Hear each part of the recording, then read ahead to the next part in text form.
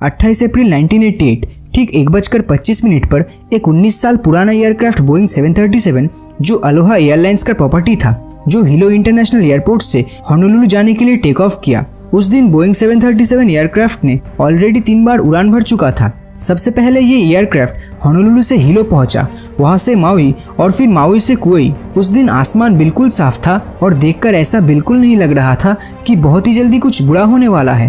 Plane के कप्तान Robert सोन्सथाइमर, जिसका बोइंग 737 एयरक्राफ्ट में 6700 घंटे तक प्लेन चलाने का एक्सपीरियंस था। किसी भी प्लेन में पायलट्स के अलावा और भी बहुत सारे लोग होते हैं जो प्लेन उड़ाने के काम में अहम भूमिका निभाती है। उन्हीं में से एक थे प्लेन के फर्स्ट ऑफिसर मैडेलिन टॉम्पकिंस, एक 36 साल की लड़की जिसका इसी एयरक्राफ्ट में 3500 घंटे का फ्लाइट एक्सपीरियंस था। 25 अप्रैल की सुबह होनोलुलु एयरपोर्ट में उस फ्लाइट के फर्स्ट ऑफिसर उस प्लेन का जरूरी प्री फ्लाइट इंस्पेक्शन कर रहे थे और जांच पड़ताल करने के बाद प्लेन उड़ान भरने के लिए तैयार था। ठीक सुबह 11 बजे वो एयरक्राफ्ट होनोलुलु एयरपोर्ट से माउई के लिए रवाना हुआ और वहां से प्लेन हिलो की तरफ जाने वाला था। तो जब एयरक्राफ्ट अपनी मंजिल की ओर पहुंचा तब प्लेन्स पे मौजूद पायलट्स बाहर जाके प्लेन का इंस्पेक्ट करना जरूरी नहीं समझा।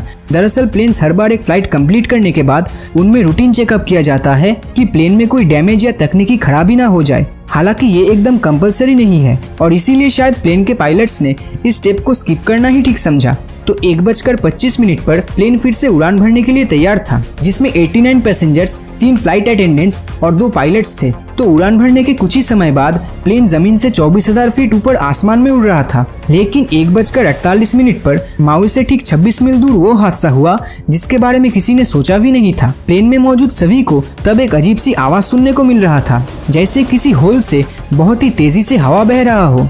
देखते ही देखते एयरक्राफ्ट के लेफ्ट पोर्शन का छत टूटकर प्लेन से अलग हो गया, जिससे प्लेन के बाहर और अंदर का एयर प्रेशर सेम हो गया था। और पहले जो छत का छोटा सा हिस्सा टूटा हुआ था वही चीज टूटते टूटते करीबन 19 फीट लंबा हो गया। यह हिस्सा प्लेन के कॉकपिट से लेकर फोर्ज विंग एरिया तक लंबा था। आप सोच सकते हैं ये उस प्लेन के लिए कितना खतरनाक था।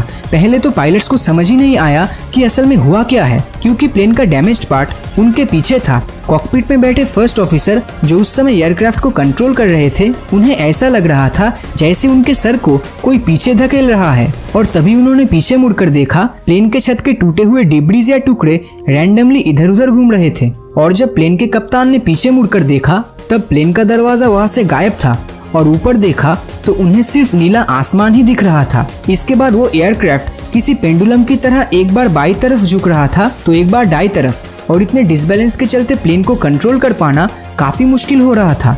इसी समय प्लेन में मौजूद सभी ने अपना ऑक्सीजन मास्क पहन लिया और कप्तान ने प्लेन को कंट्रोल में लाने की पूरी कोशिश की और एयरक्राफ्ट में मौजूद स्पीड ब्रेकर का इस्तेमाल किया, जिससे प्लेन को कंट्रोल करने में आसानी हो। उस समय प्लेन के सबसे नजदीकी एयरपोर्ट माउई आइलैंड पे था। सबसे खुशकिस्मती की बात तो ये थी कि जब ये हादसा हुआ तब प्लेन में मौजूद सभी यात्री अपने सीट बेल्ट पहने हुए थे, नहीं तो हादसा होते ही प्लेन में मौजूद सभी लोग नीचे खुली आसमान में गिर जाते।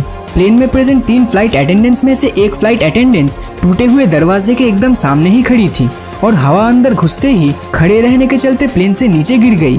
जब प्लेन के अंदर ये सब हो रहा था तब प्लेन के पायलट्स एयर ट्रैफिक कंट्रोल के साथ कांटेक्ट करने की कोशिश कर रहे थे।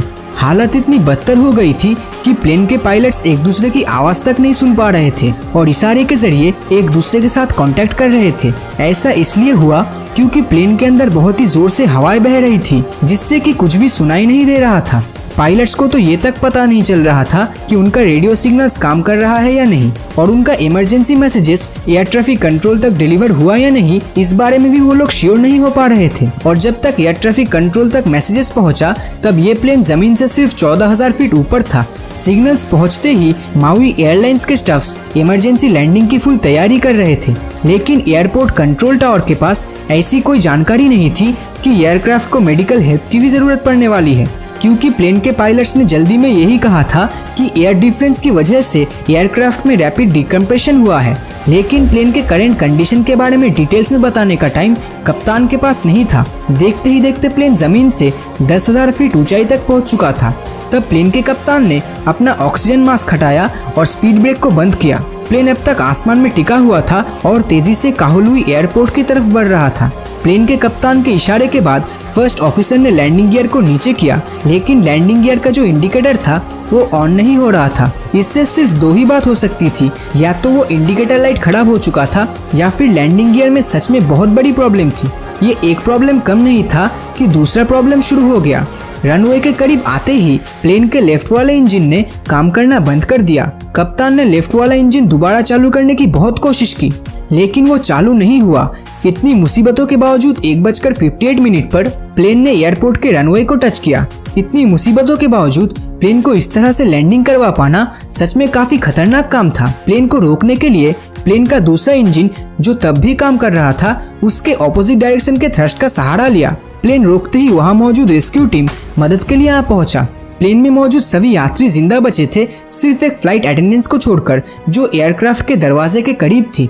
बाकी लोगों में से 65 लोग प्लेन के टूटे हुए डिब्रीज से घायल हुए थे और उनमें से 8 लोग बहुत ही ज्यादा इंजर्ड थे, जो हॉस्पिटल में जरूरी ट्रीटमेंट देने के बाद ठीक हो गए। दूसरी तरफ प्लेन इतनी बुरी तरह डैमेज हो चुका था कि उसको ठीक करवा पाना बिल्कुल ही नामुमकिन था, इसलिए एयरक्राफ्ट को वहीं पे डिसमेंटल कर दिया गया। लेकिन इतनी बड़ी दुर्घटना के पीछे का कारण इस प्लेन के फ्लाइट साइकिल को बोला जा रहा था।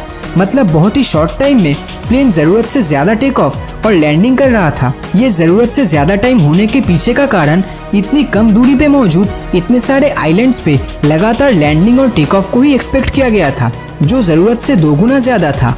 फ्लाइट पे मौजूद एक पैसेंजर ने अपने इस फ्लाइट एक्सपीरियंस से जुड़े इंटरव्यू के दौरान कहा कि प्लेन पे उठते समय उन्होंने एयरक्राफ्ट के फ्यूजेलाज में छोटी सी क्रैक नोटिस करी थी, लेकिन उन्हें ये डैमेज उतना भी सीरियस इशू नहीं लगा। तो इस बात को क्रू मेंबर्स को इन्फॉर्म करने की बजाय उन्होंने इसे इग्नोर करना ही बेहतर समझा। तो इस हादसे के पीछे का कारण आपको उस पैसेंजर्स की लापरवाही लगती है, या फिर इतनी बार फ्लाइट लैंडिंग और टेक ऑफ ही इसका मेन रीजन है?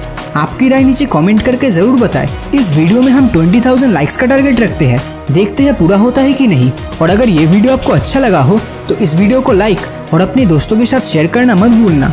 और अगर अभी तक आपने हमारे चैनल को सब्सक्राइब नहीं किया है तो सब्सक्राइब करके नोटिफिकेशन बेल को ऑन कर दीजिए, क्योंकि मैं ऐसे ही वीडियोस हर हफ्ते लाता रहता हूँ। और जिन लोगों को भी नहीं पता है, हमारा एक गेमिंग चैनल भी है गेमर्सपीडिया के नाम से। उस चैनल का लिंक मैंने इस वीडियो के पिन कमेंट में दे रखा है, आप चाहे तो उस चैनल को भी चेक कर सकते हैं। तो मिलता हूँ आपसे अगले वीडियो में, और हमेशा की तरह थैंक्स फॉर वॉचिंग।